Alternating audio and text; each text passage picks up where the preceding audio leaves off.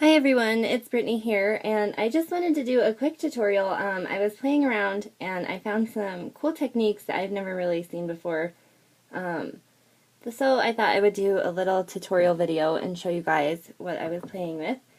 So I'm going to show you guys how I did this, and it might be kind of hard to see, but you can see there's the zigzag background in the back. So I used my iCat stamp from Avery, Elle, and I just used this zigzag one here, and I did it over my stencil. So it might be hard to see now because you might not understand what I'm talking about, but here's another one that I did, and this one I did a little bit differently, so I'll show you guys how I did that as well. But again, I used the iCat stamp and I used this stamp here, and I just think it's kind of a cool different technique. So I'm just going to jump in and show you guys. So first you're going to need a white piece of paper, and mine is bigger than what my card front will be. I just didn't want to cut it down before I do it, I guess. So you're going to take your stencil, and the stencils with more open space are better. So like you could see in my first one that I showed you guys, I used this one, and in my second one I used this one, and it showed up really well because of the larger flowers. So for this one I'm going to use this one again, because I really love the way this looks. And I might go with some different colors here, just to show you guys you can do it different. So I'm just going to secure my stencil down with a little bit of washi tape. And I'm also just going to put a piece on my paper just so nothing moves around. And I think I'm going to grab a different color of ink so that we can get one that really pops.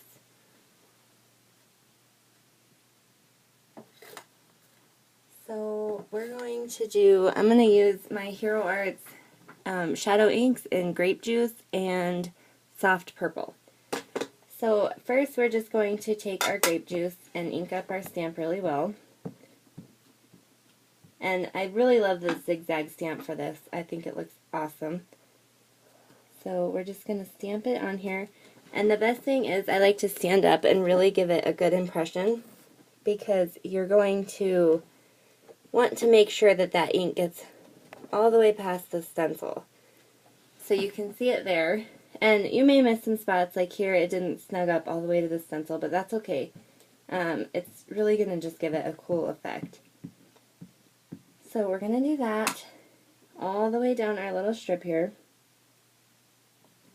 And sorry if I block it for a second, I'm trying to make sure that I get a good impression here. And if I could edit, I would edit, but I don't know how to do all that. So we're just going to do this all the way down. And you want to try to hold it still, because on the stencil material it will want to slip a little bit. Since it's kind of a slick surface, your stamp may want to slip around a little bit. And if it does, I don't really think it's a big deal, especially with this stamp, because it's kind of irregular anyways, I guess. So I'm just standing and kind of putting my pressure on the stamp here, just to make sure we get a good impression.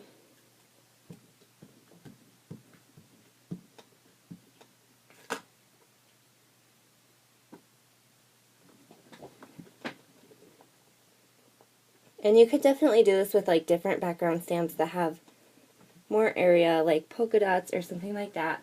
I just really like this zigzag one because it's not a straight zigzag. It looks kind of like you drew it with a pen.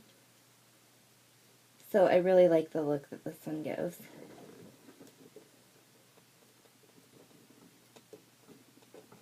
So just get a good impression. And I'm going to call that good. We could go on the bottom there a little bit, but I'm going to trim this down anyways. So now I'm just going to wipe my stamp here. And then the ink will not dry on your stencil material. It may a little bit, but it won't completely dry, and we need it to not smear for this next step. So you can take a baby wipe and wipe this off, but you might get a little bit of smudging since it will kind of move that ink around.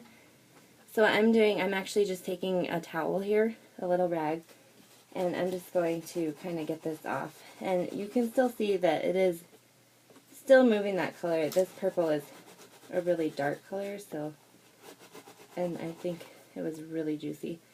But that's okay, because I'm going to come in with another purple. Anyway, so we just want this like mostly dry, just so that not all that purple is sitting on top of there. And if you want, you could take this off. It might be a little hard to find where your stencil was, though, if it's like mine, just because there will be a lot of white area. So now what I'm going to do is I'm going to take my soft purple, and I'm just going to take a sponge dauber. And if you have distress inks or something like that, you could definitely use those. And I'm just going to ink this up, and it may not even show. Oh yeah, it's showing, okay. Just because I moved so much of that purple around. But we're just going to dab in here around all of the, where the stencil isn't there. And since this is a lighter purple, it's not going to cover up those zigzags. Whereas with this one, I did more of tone on tone. I think I did soft olive for the zigzags, and then I did wet cement over it. So it kind of covered it.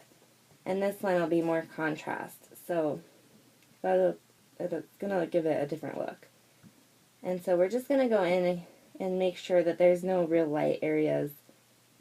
And it doesn't have to be perfect, especially since I moved so much of that ink around.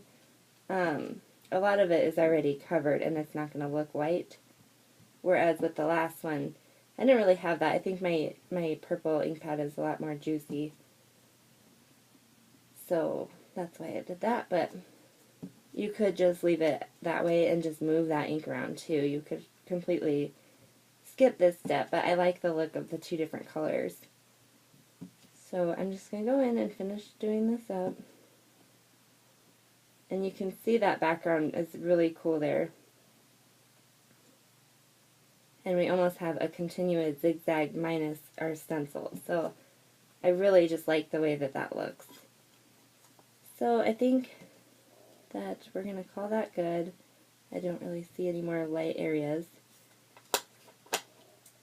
So we're going to lift up our stencil, and you can see how pretty that is. So I love this look. And you can see the zigzags in the back. And like I said, this one was really juicy, and I did get a little bit of seeping, but I really don't mind because it's almost a faux watercolor look without it doing any watercolor. And then for this one, since it was so stark white and I really wanted my greeting to stand out, I took my new Tim Holtz airbrush thing, whatever it's called, and I just got a lighter color. So for this one, I will use milled lavender, and just stick this in here. And I was kind of glad actually because it gave me a reason to use this. Because I got it and I was like, oh yay, and then I haven't really used it, so I'm kind of glad that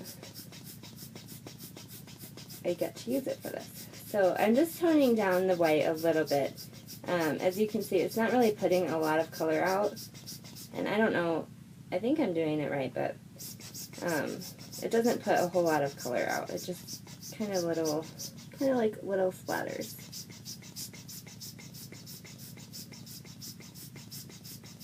So I'm just going to do that all around a little bit, just so it's not so white. And you can see kind of that it's giving it, it's kind of taking that away. And you could even come in with even a lighter color purple, or a lighter color period, and go through all of that, which maybe we will do. Maybe we'll try that. I'm going to heat this real quick, guys, sorry. Just to make sure that ink is dry. And I am working on a magazine just in case I overstamped or anything like that. Trying to keep my work surface fairly clean. So I think I'm going to come in with tea dye. Sorry if you guys can hear that outside. My husband is playing on the 4-wheeler. Okay, so now I'm just going to bring this in a little bit, and I don't want to bring it in a lot at all, because I just want to kind of get rid of the white, just so it's not so stark. And it kind of really looks cool with the little splatter in there from using that little airbrush thingamajig. I don't know what it's called. I forgot. Okay, so I think that that's actually really nice, and it gives it a totally different look. And then I will just trim this down.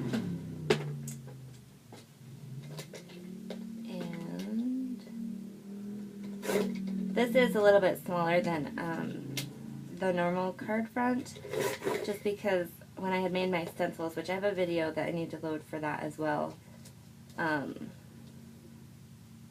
when I did that, I was using some leftover stencil material, so